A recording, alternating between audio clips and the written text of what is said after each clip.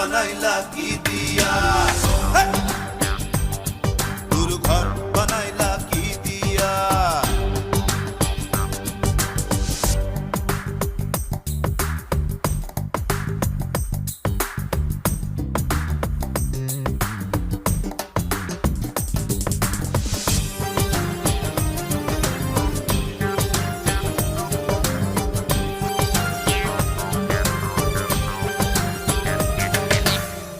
এই ঘরেতে আমি ছাড়া আর থাকে না কেহ পোকামাকড় খাইয়া